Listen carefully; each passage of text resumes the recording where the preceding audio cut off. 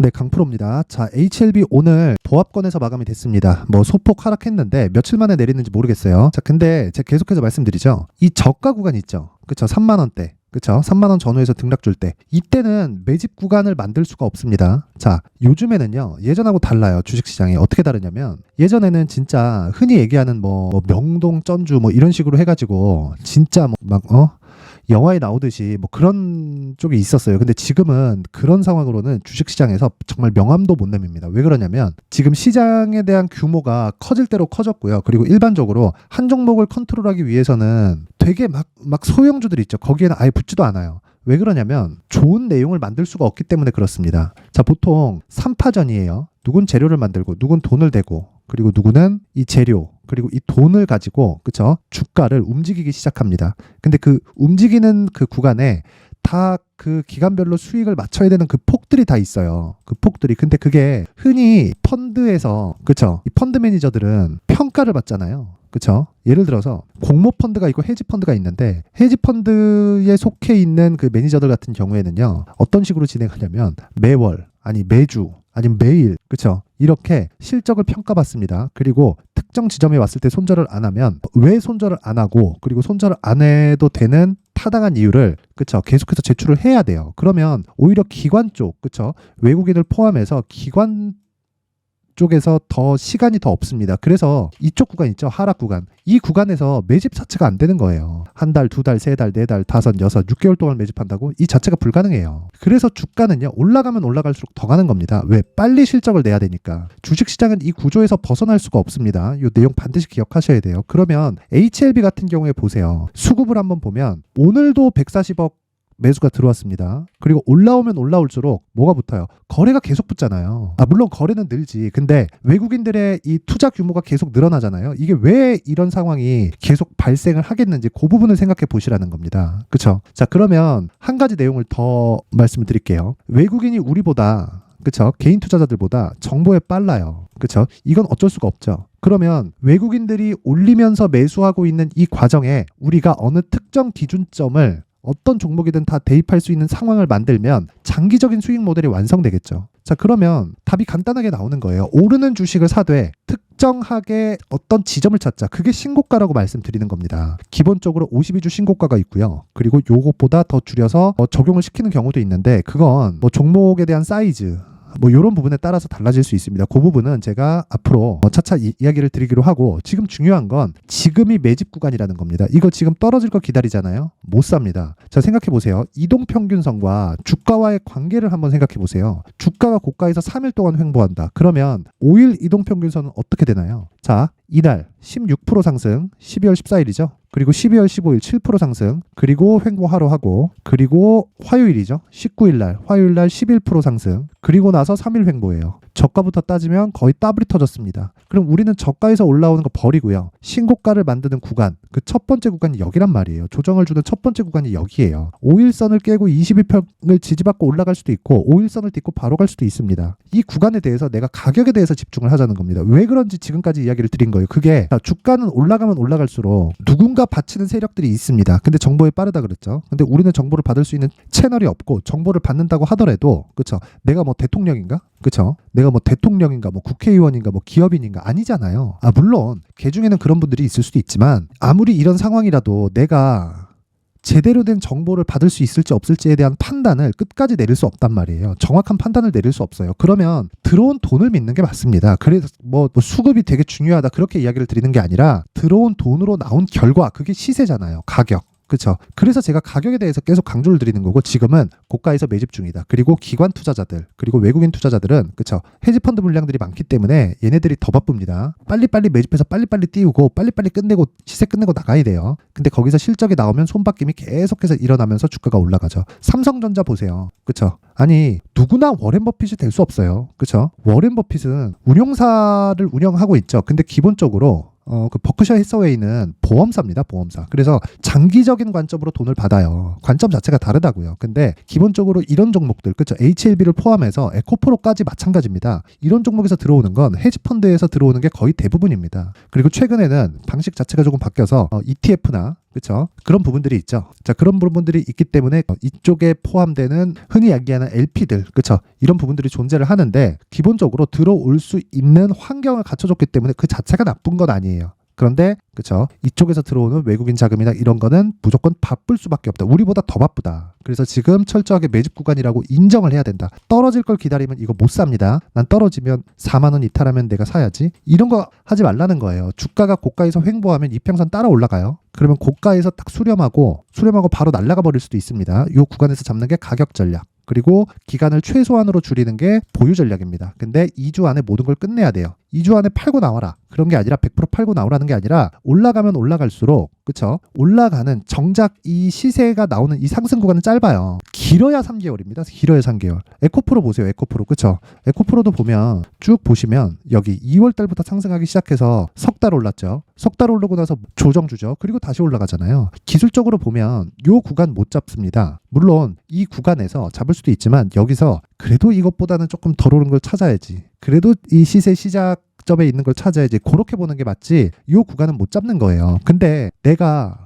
리스크 대비해서 리턴, 즉 위험을 감수하는 것 대비해서 수익이 어느 정도 올 수 있을까 그 부분을 계산했을 때 여기서는 안 하는 게 맞고 지금은 다시 하는 게 맞습니다. 자, 그러면 HLB 같은 경우에는 어때요? 이제 시작한 거잖아요. 이제 여기서 떨어질 걸 기대하면 절대 못 한다고요. 그리고 혹시 떨어지잖아요. 그러면 내가 매수할 수 있는 가격들을 잡자. 그게 가격 전략이라고 말씀드렸죠. 자, 그래서 제가 이 가격에 대해서 이야기를 드리기 전에 여기 그 강프로의 소통방에 대해서 제가 안내 말씀을 드리겠습니다. 자, 내용을 한번 보면 자, 보세요. 12월 22일 그렇죠. 시노펙스, 테크윙, 레고캠바이오 이렇게 진행이 됐는데 소통망의 특징점이 있습니다. 첫 번째, 무료로 진행한다는 점. 그리고 두 번째, 신고가 매매만 진행을 합니다. 이 부분 반드시 기억을 하세요. 자, 근데 신고가를 진행하는 이유는 어떤 종목이든 강세를 보이는 그 구간, 그리고 주도주가 될 때는 무조건 신고가가 발생을 합니다. 그리고 나서 시장의 주도주가 되는 거예요. 막 바닥에서 갑자기 팡 뜨더니 이게 시장에 주도할 거야 이렇게 되는 게 아니라 바닥을 잡고 올라와서 고가 매물 먹고 그리고 신고가를 만들고 나서 추가적으로 올라갈 때 시장의 주도주가 되고 테마가 형성되면서 쭉 날아갑니다. 그렇죠?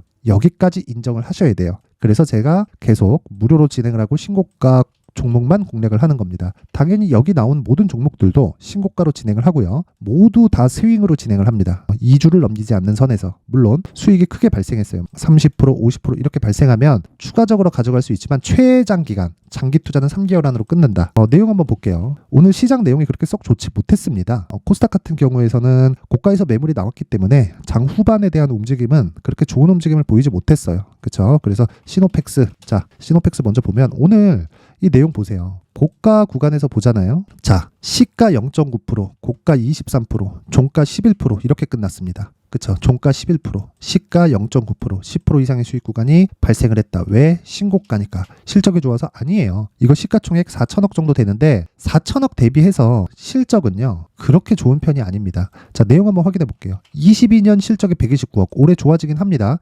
그쵸? 1분기 70억, 40억, 65억 좋아지기는 합니다. 근데 실제 결산 실적이 나오기 전에 이미 신고가를 8월 달에 만들고 그리고 또 만들고 있어요. 이유가 있다는 거예요. 그러면 우리가 믿어야 될 건 가격이라는 거죠. 그래서 정확하게 나가는 게 장 시작 전에 나갈 수 있다. 그쵸? 자, 레고캠바이오도 마찬가지예요. 레고캠바이오. 자, 8시 54분에 진행됐죠? 그쵸? 오늘 6% 상승.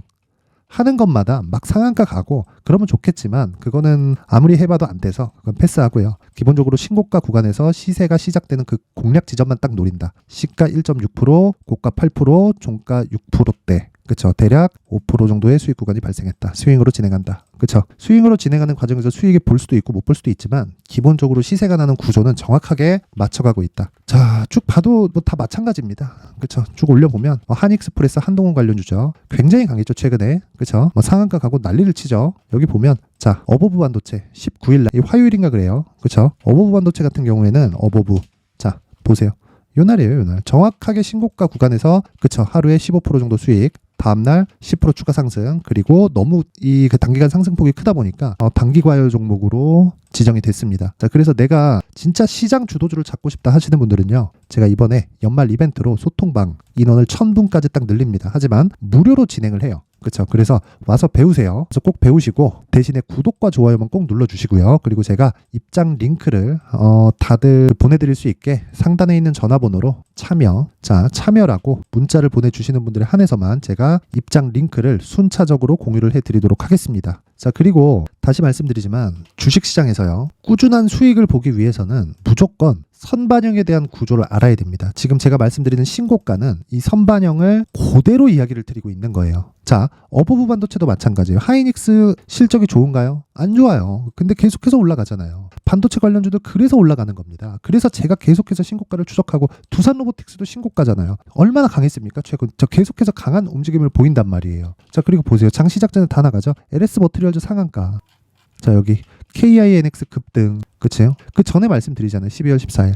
자, 변동성이 터졌다. LS 머티리얼즈 추적한다. 바로 다음날 나가잖아요. 그쵸? 바로 매수, 상한가. 이틀 동안 거의 한 20에서 30% 정도. 그쵸? 자, 그래서 제가 요번에, 그쵸? 오픈할 때 구독과 좋아요 딱 눌러주시고 상단에 있는 전화번호로 참여라고 문자 보내주시면 제가 입장 링크를 다들 공유해 드리도록 하겠습니다. 자, 그리고 연말 이벤트 하나 더 있는데 요 내용입니다. 제가 지금까지 신고가를 강조를 드렸는데, 일단 신고가 검색기, 그리고 수익 모델, 어떻게 신고가를 잡아야 되고, 그리고 신고가를 추적하고 있는 과정에서 그 어떤 수익 모델을 가지고 가야 되는지 그 부분에 대해서 제가 내용 준비를 해놨으니까 이것도 구독과 좋아요 부탁드리고 상단에 있는 전화번호로 참여라고 문자를 보내주시면 됩니다. 자, 그리고 HLB로 다시 돌아와서 보겠습니다. 이 내용 보면 지금 가격 잡는 거 중요하다 그랬죠. 떨어질 수 있습니다. 근데 떨어지더라도 하방 경직성이 완벽하게 설정되어 있는 지금 주가가 그런 상황이기 때문에 너무 걱정할 필요 없습니다. 지금 중요한 건 내가 얼마에 잡느냐예요. 얼마에 잡느냐. 하지만 싸게 잡으려고 하지 마세요.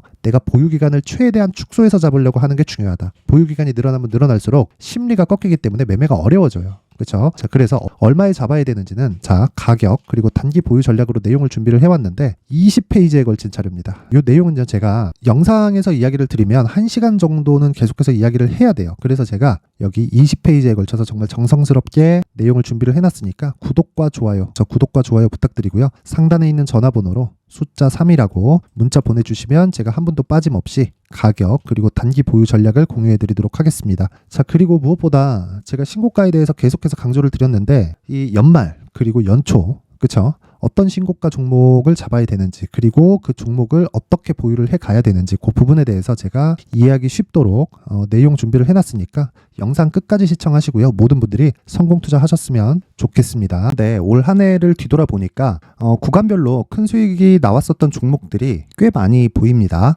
1월 달에는 AI 관련주들이 있었고요. 그리고 2월 달부터는 2차 전지가 계속해서 강세를 보였죠.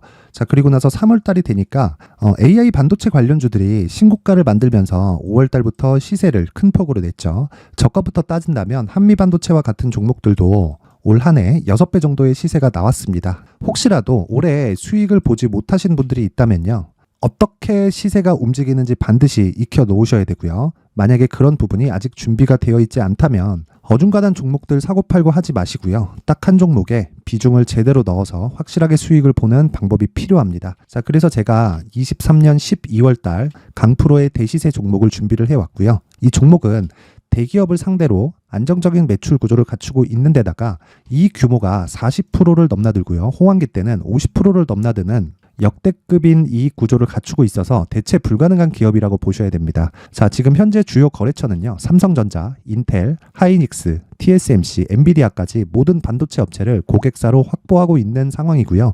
이 재무제표 상황을 보면요, 이익률 자체가 넘사벽인 걸 알 수 있습니다. 넘을 수 없다는 거겠죠.